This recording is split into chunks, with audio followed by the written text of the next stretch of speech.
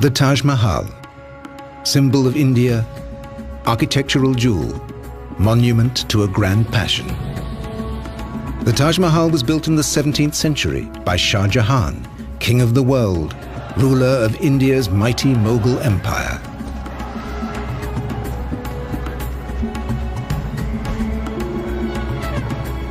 This great warrior king gave the world an architectural masterpiece of a kind it had never seen before. This is how it came to be made.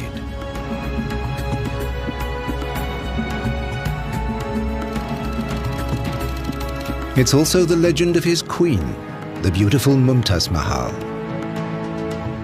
and of their love, too perfect to survive. The chosen one of the palace will have her final resting place in the world's most beautiful building.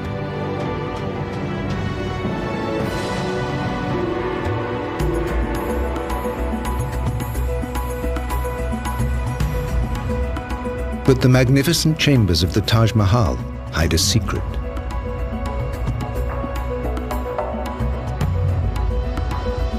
And Shah Jahan will pay a terrible price to complete his life's work at a turning point in India's history.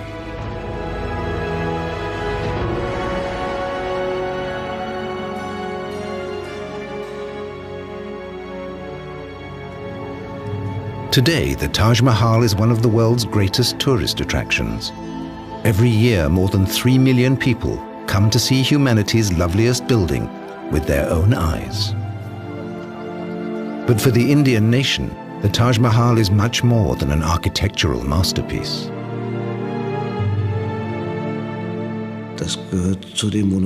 This is one of the monuments that makes India what it is, that gives the people their identity. It makes them proud. This building is a symbol for the whole nation. The Taj Mahal was built in one of the most glorious periods of Indian history. The time of the Mughals, with their mighty empire and fabulous riches. Its creator, a man who dedicated his life to a dream, Great Mogul Shah Jahan.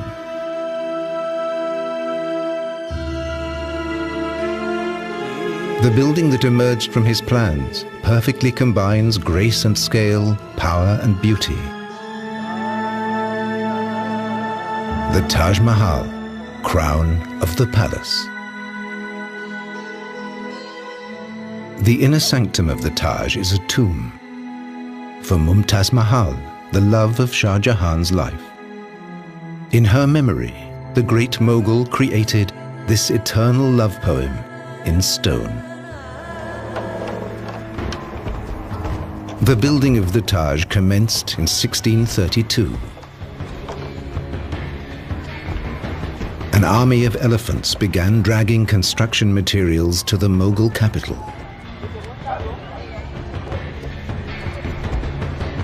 This would be the biggest building project of the age.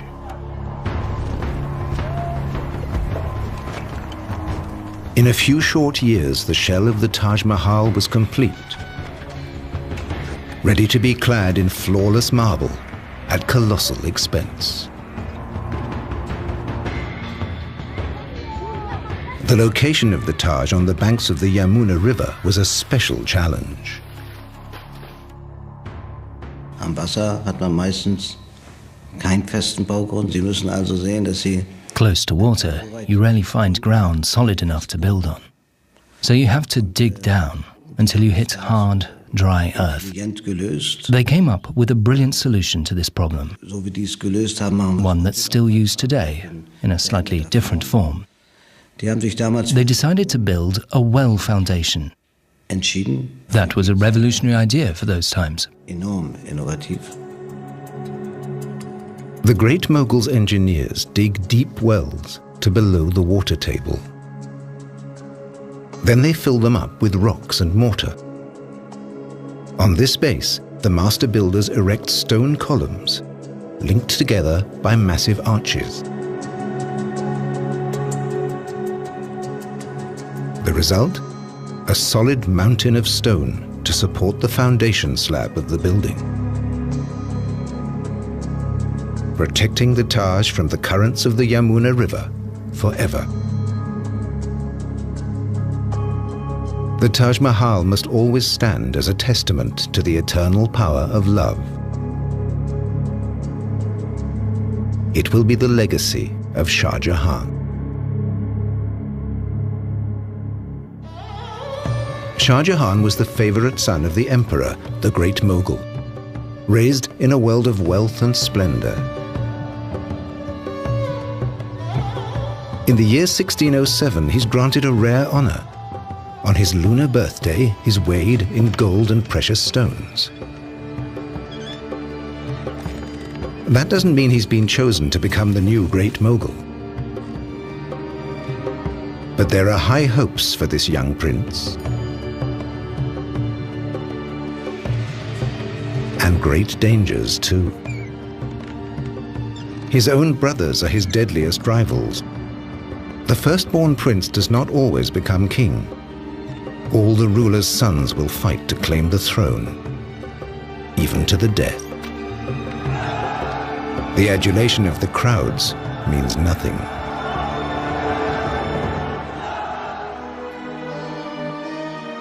The court chronicles will be our guide to Shah Jahan's life, to its triumphs and disasters.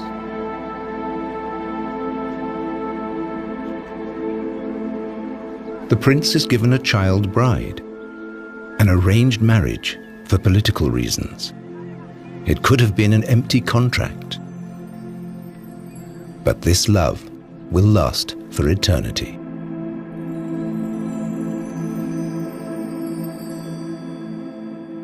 Ten years later, the prince is 25 years old. His star shines brighter than ever. He has fought the enemies of the emperor, winning victory after victory. As a reward, his father gives him the title Shah Jahan, King of the World. The capital of the Mughal Empire is the great city of Agra in northern India, the location of the giant Red Fort, the center of imperial power and one of India's mightiest strongholds. The ruling Mughals and their families live in magnificent palaces inside the fort. Here, the women of his harem see to Shah Jahan's every whim. But his favorite, by far, is his childhood love, Mumtaz Mahal. Shah Jahan calls her the chosen one of the palace. From the chronicles, we know this royal couple were especially close for those times. The impression which one gathers is that there is a strong personal element of personal love. There is a bit of romance.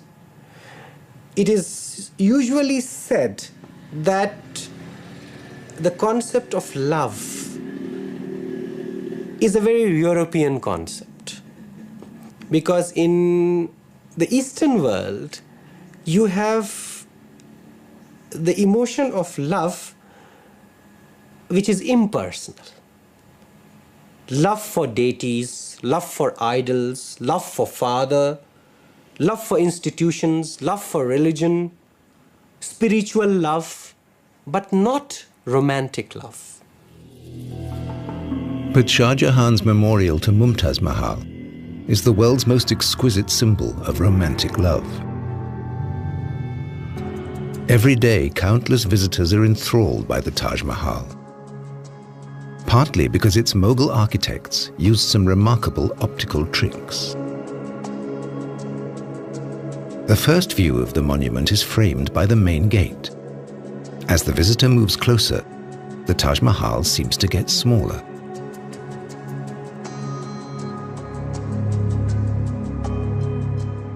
It seems to grow bigger as you walk away. The guides here say, when you leave, you take the Taj with you in your heart.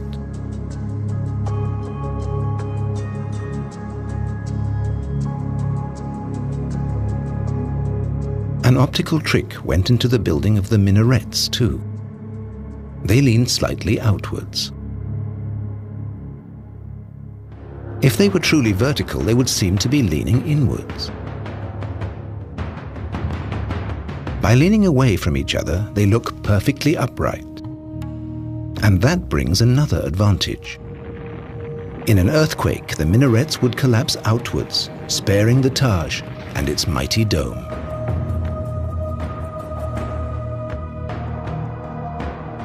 The dome is the crowning glory of the Taj Mahal, the element that makes it so timeless and graceful. Today we have other options. We can build giant supporting structures in steel for a dome like that. We have other materials.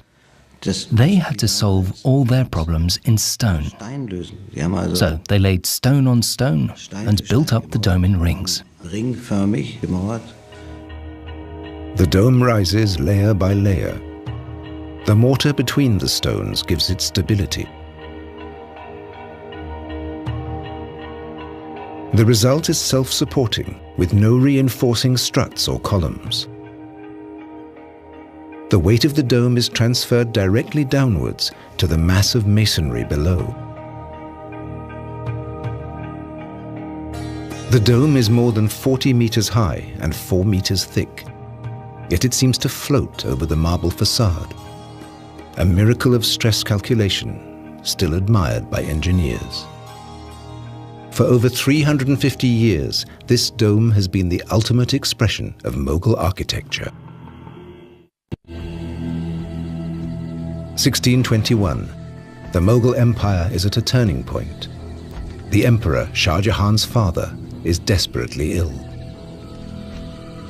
His sons are gathering in the shadow of the throne, ready to fill the vacuum of power.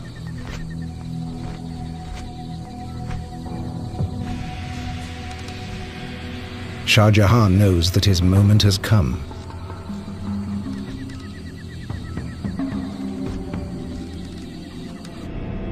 Nothing will stop him in his lust for absolute power. No means are ruled out, not even poison.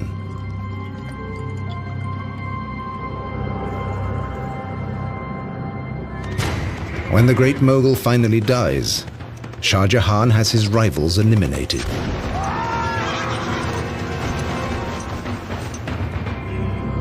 Brotherly love means nothing when the prize is so great. There was a notion of family and there was a notion of affection, but this feeling receded into the background. And then that particular vision of acquiring power for yourself and to rule the country or empire as you see fit becomes the rationale behind all the violence that is perpetrated. With his rivals gone, Shah Jahan seizes the throne. He's crowned emperor in 1628 in the Red Fort in Agra.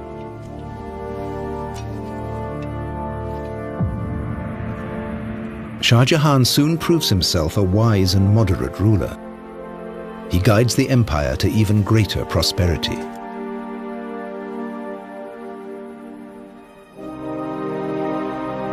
Mumtaz Mahal stays in the background, but she's one of the Shah's most important advisors.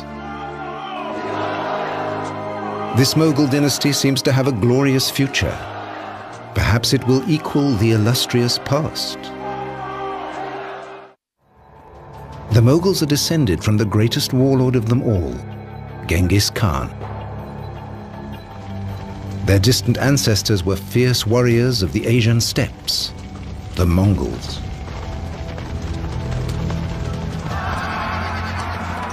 A mere 100 years before Shah Jahan's rise to power, the Mughals swept down from the north onto the plains of India.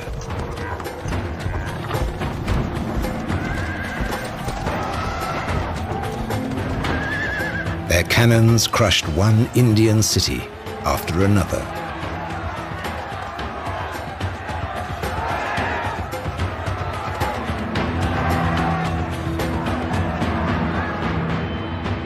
By the time of Shah Jahan, the Mughals control most of India. The first time this great land has been unified in nearly 2,000 years.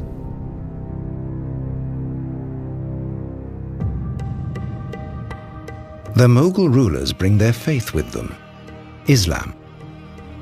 After Hinduism, Islam soon becomes India's second religion. But the invaders don't impose it on the people. They seek a balance between the cultures. The Mughal lords proclaim religious tolerance. More than 100 million people now see business and industry, science and art flourish. Artists at court portray their rulers as godlike beings.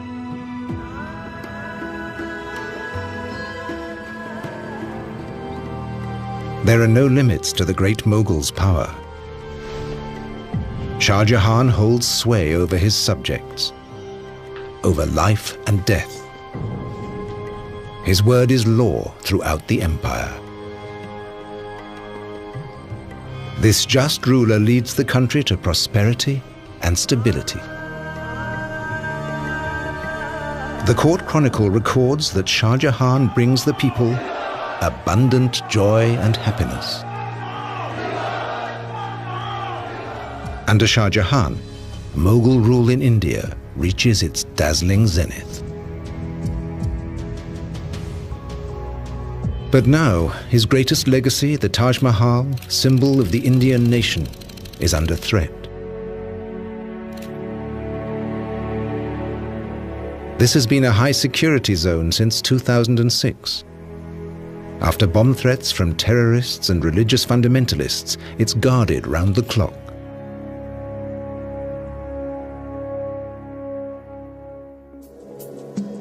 Access to the mausoleum is tightly controlled.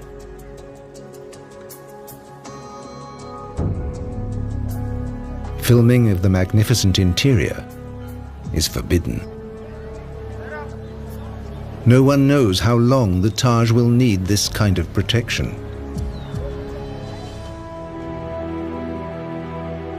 Art historian Ebba Koch was able to study the Taj before the restrictions came into force. She is the international expert on the building and its history.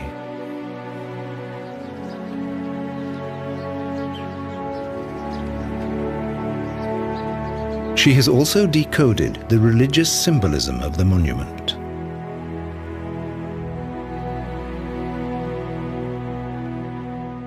The Taj Mahal is the architectural embodiment of this life and of the next, according to Islamic belief. The ground plan shows this duality. The complex is split between the tomb garden with its mausoleum and a worldly side meant for bazaars and markets. What's interesting is that the worldly side is the mirror image of the mausoleum side. The connecting square with the great main gate marks the transition to the tomb garden and opens up the view to the mausoleum.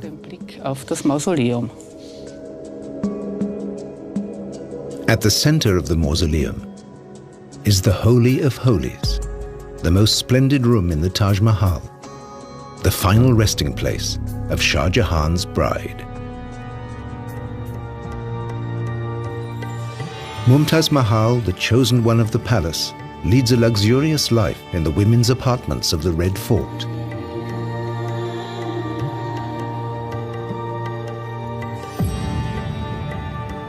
Poets admire her grace and charm. Even the moon, they say, hides from her beauty in shame. The First Lady of the Empire is fabulously wealthy. She has huge resources. She was the highest recipient of money in the entire harem, being the chief queen or the most beloved queen of the emperor, because payments in the harem were graded. We have very interesting accounts of graded payments from a very huge amount to a very small amount. And on top of this, there were gifts, very, very exquisite, expensive gifts on various occasions. The riches of the Mughal dynasty are legendary. Both men and women wear jewelry. For the men, it's a sign of nobility. And they give precious jewels to their favorites in the harem.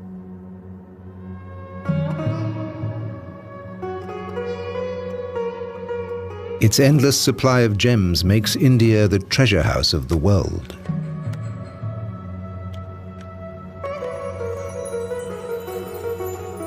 In the Mughal Empire, the Indian art of jewelry reaches its peak.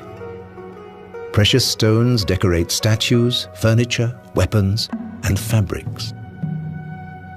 Even today, works by Mughal craftsmen command the highest prices.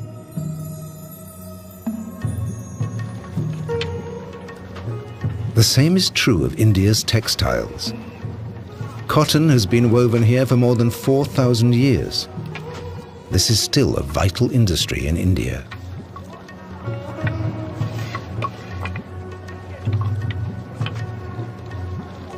Under the Mughals, India became the world's leading exporter of precious fabrics.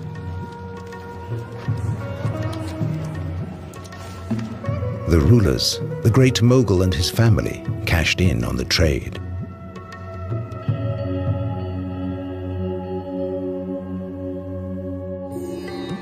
Shah Jahan has a special duty to his dynasty: to produce heirs. His wives in the harem bear him children.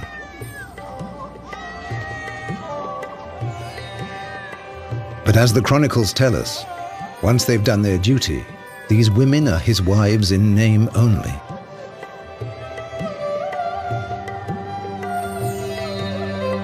Shah Jahan's harem may once have been a love nest.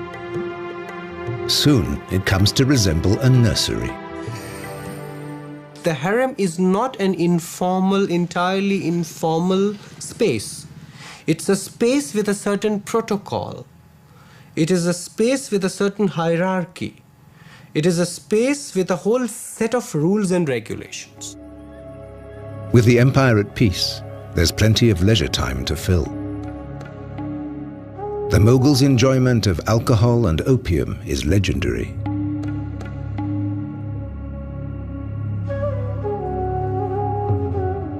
Shah Jahan and Mumtaz Mahal are together every possible moment, as the chronicles record. The mutual affection and harmony between the two had reached a degree never seen between a husband and a wife among the classes of rulers or among the other people. The Imperial Chronicle describes their life at court. The intimacy, deep affection, attention and favor which His Majesty had for the chosen one of the palace exceeded by 1,000 times what he felt for any other.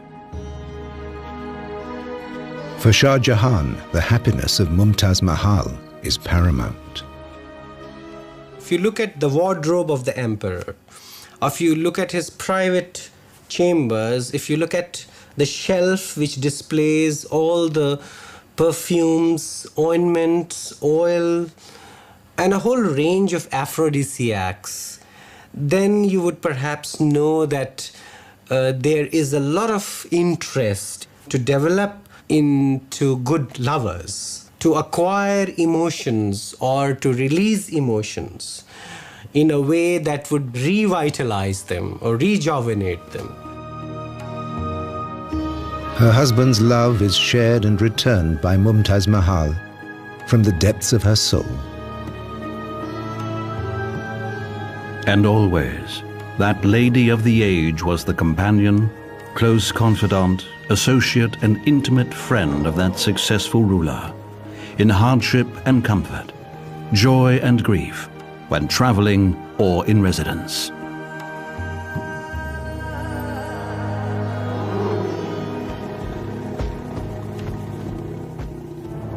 Fortune smiles on the king of the world, but not for long.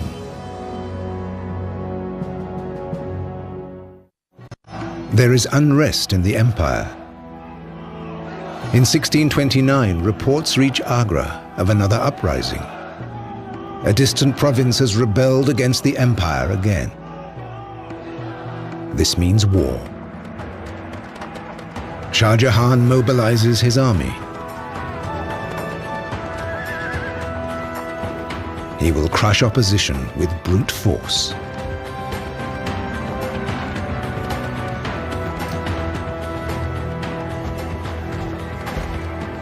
Day after day, week after week, the Mughal army blazes a trail across the Indian plains. Nearly 2 years of forced marches follow for Shah Jahan's soldiers. But nothing will tear Mumtaz Mahal from her husband's side.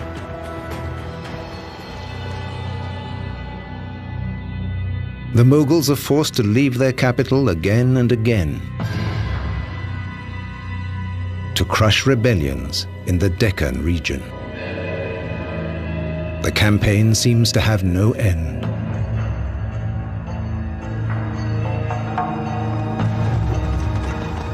The Great Mogul still puts his faith in his cannons, the latest superweapons imported from the Turkish Empire. His soldiers haul them over mountains and across the roughest terrain, shattering city walls, wiping out the rebels.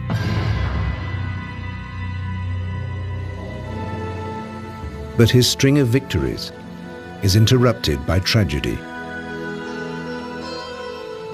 In the midst of the campaign, Mumtaz Mahal falls pregnant with the emperor's child. But there are complications at the birth. For once the king is powerless. As his bride weakens, the Great Mogul can do nothing but pray. The court chronicle recorded the sad events.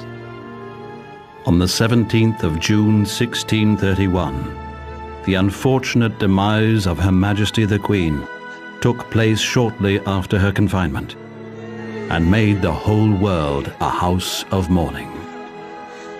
Mumtaz Mahal dies after the birth of her 14th child. Shah Jahan's world has come to an end.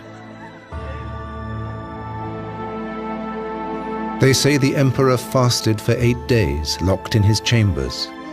For 2 years he heard no music, wore no jewelry or perfume.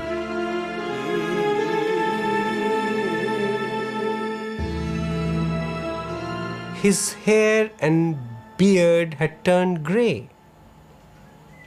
He looked older, much, much older than what he looked when he went into confinement or statutory mourning. So surely this must have had a deep impact on him. Before she died, legend says, Mumtaz Mahal made a wish for a mausoleum more sublime than any the world had seen. This will be Shah Jahan's task for the rest of his life, to erect the world's most beautiful building in her memory.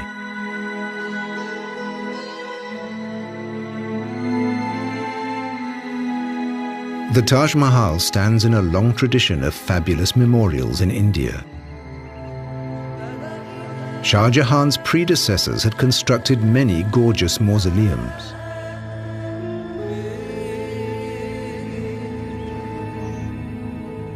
The Taj Mahal combines the very best elements of the memorials to Shah Jahan's forefathers.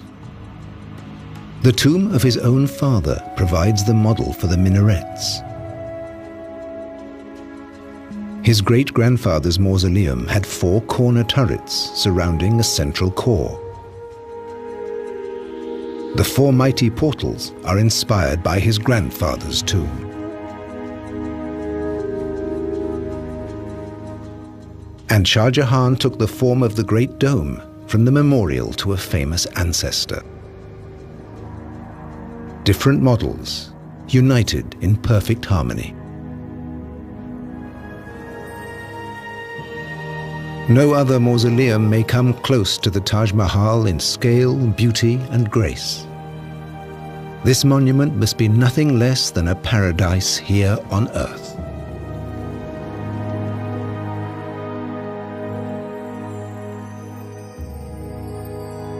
Symbolism carved in stone and marble.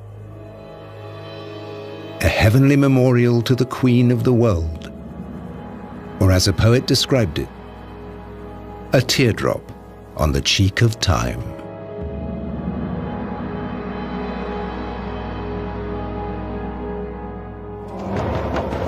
In 1632, just 6 months after Mumtaz Mahal's death, work begins on the Taj Mahal. It will be the greatest building project of the age. Some say that over 20,000 workers slaved on the building. A court chronicler captures the scene. And from all sides of the imperial territories were assembled troop after troop of skilled men, stonecutters, inlayers, and those who do carving in relief, each one an expert in his craft, who began work together with the other laborers. Millions of bricks are baked on the spot for the shell of the building. The Taj rises at record speed. But progress comes at a price. Day by day, this gigantic construction is draining the imperial treasury. But nothing matters to the Great Mogul. No expense is spared for this lavish project.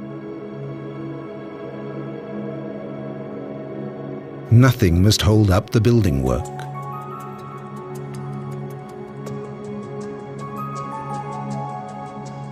Even if the people suffer terribly for the emperor's devotion. Shah Jahan created an artificial famine when he diverted the supply of grain towards Agra, when it was meant for a different place.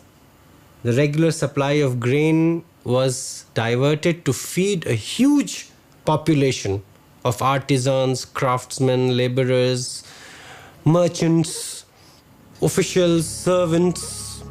Such monuments cannot be built by a few individuals. Today, no one remembers the ordeal of the people. Only the sublime result. The color scheme of the Taj Mahal is deeply symbolic. The worldly elements and other buildings are all clad in red sandstone. White is reserved for the mausoleum. This is to be a building of enlightenment, an earthly representation of the heavenly house where Mumtaz Mahal will live for eternity. The pure white stands for the spirituality and faith of the person buried here.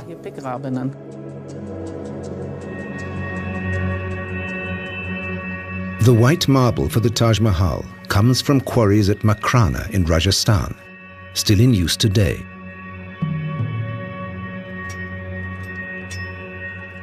Makrana marble is already famous in Shah Jahan's time. Hard, yet easy to work. It's prized for its fine detail and high polish. The Great Mogul has reserved Makrana marble for imperial buildings.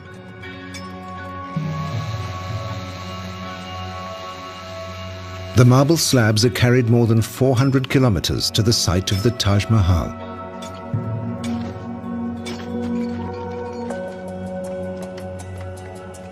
Construction consumes colossal amounts of this fabulous stone. With the skeleton of the building complete, the bricks disappear forever beneath the pure white facade. It's this smooth, glowing stone that gives the Taj Mahal its unique impact.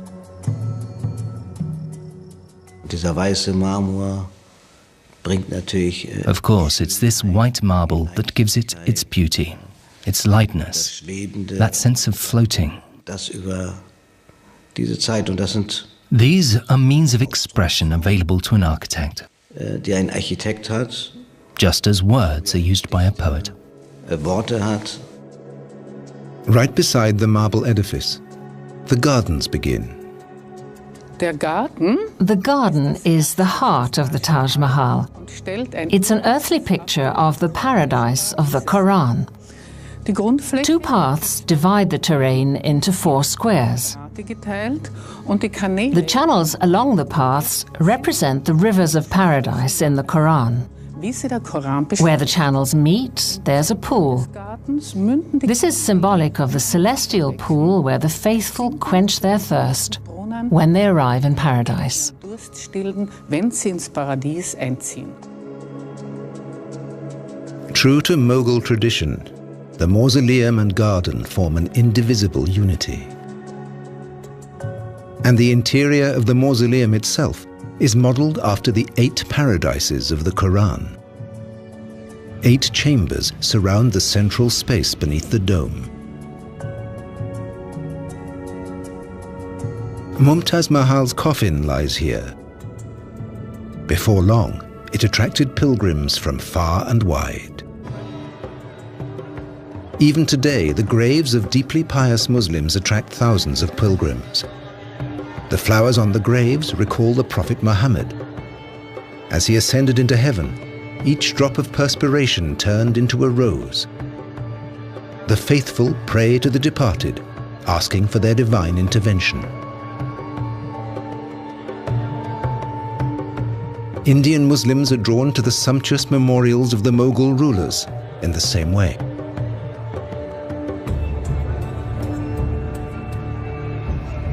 Orthodox Islam has no time for the worship of saints. But here in India, it's widely seen.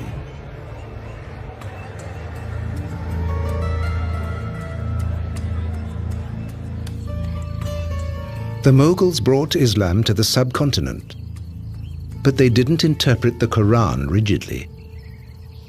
For a long time in India, Islam was linked to policies of tolerance and openness.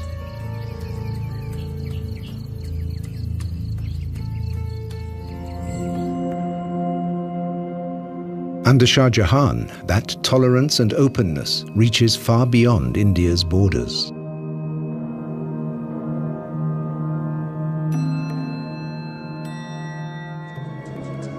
The Great Mogul decrees that visitors from the outside world will be made welcome in his empire.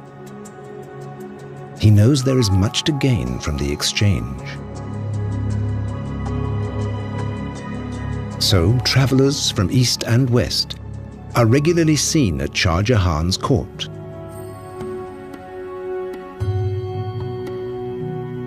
Europeans can easily be spotted by their exotic headgear. Both sides benefit from this transcontinental contact.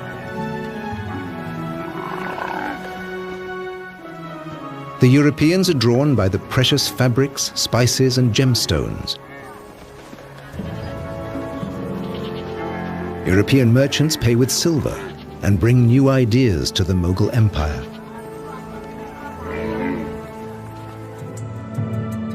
The Taj Mahal itself demonstrates the links between India and Europe.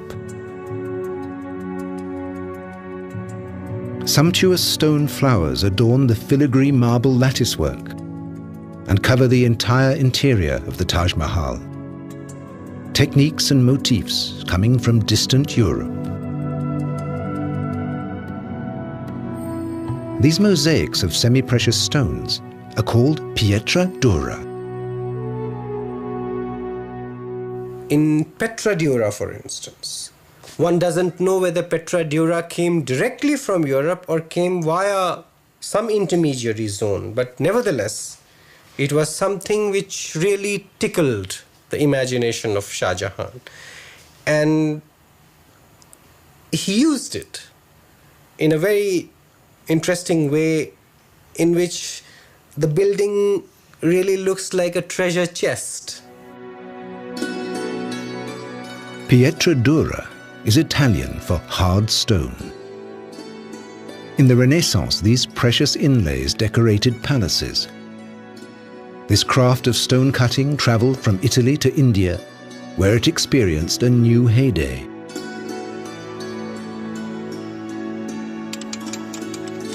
In the Pietra Dura workshops of India, the techniques haven't changed in hundreds of years. Many families have been doing this for 17 or 18 generations. These are the direct descendants of the craftsmen who worked on the Taj Mahal.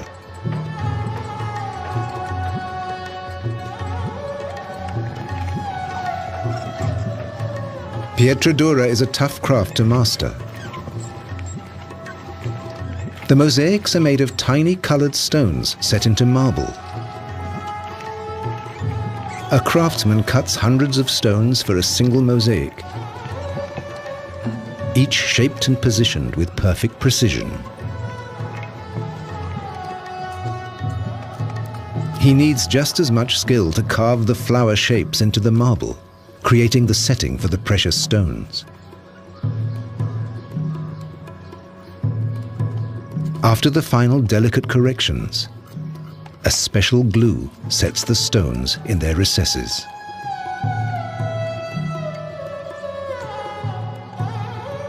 Painting in stone is one of the glories of Indian craftsmanship. But no chronicles record the names of the artists who decorated the Taj Mahal. One thing we tend to forget is the hard labor, sweat, suffering of artisans and ordinary craftsmen. Nobody knows anything about them. So the monument is a testimony as much to their existence and the skill which they possessed as it is of Shah Jahan's aesthetic embellishment. Through their work, the men who made the Taj Mahal live on.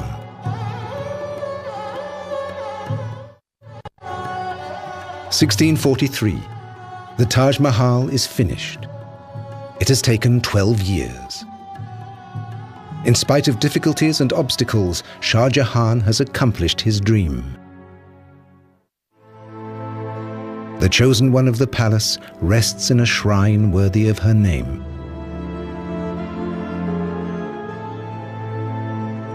A building more sublime than any conceived or carved by human hand.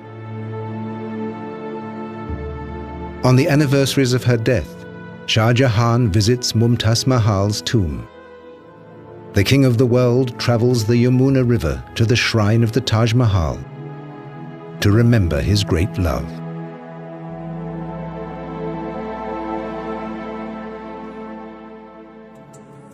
The Taj Mahal conceals a final mystery. The coffin seen in the mausoleum is only a cenotaph, an empty monument. Mumtaz Mahal lies in a secret marble chamber below. There she rests, undisturbed.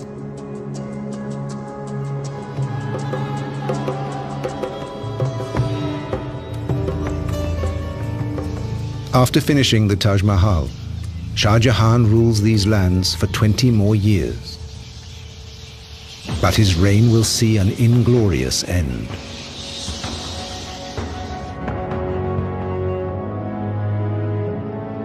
His costly projects and extravagant lifestyle have brought the empire to the edge of ruin.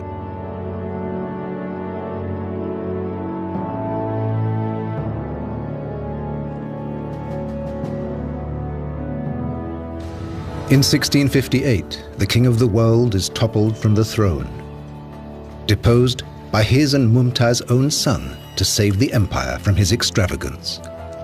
Shah Jahan, absolute ruler, Great Mogul for 30 years, is a prisoner.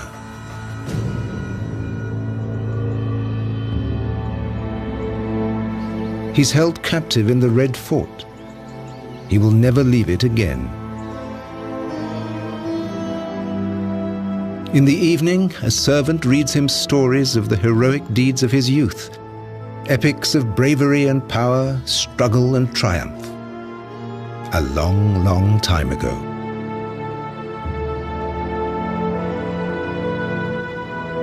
In Shah Jahan's decades of intelligent rule, the Mughal Empire reached its peak.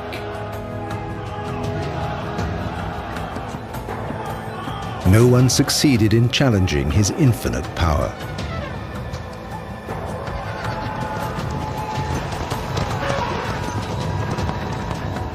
But the mightiest have furthest to fall.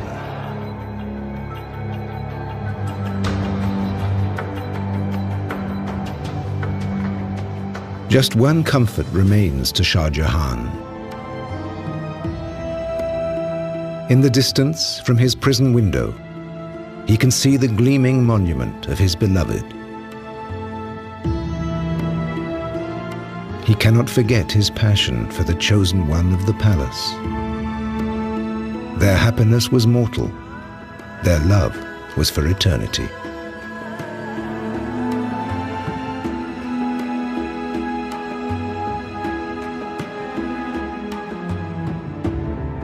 Mumtaz Mahal's tomb has carved its place in history.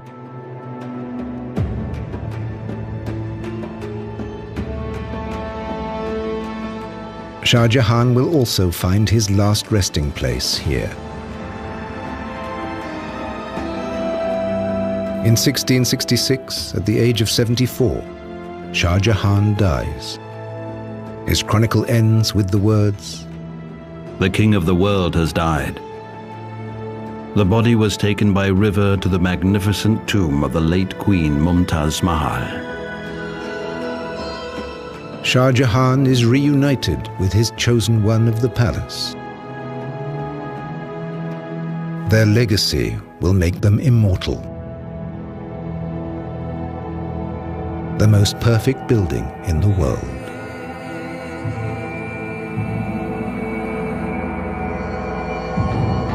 Don't miss Treasure Hunters Day from 9 AM till 8 PM tomorrow. Next on National Geographic Channel, Explorer 125 looks at new evidence from an Alcatraz breakout.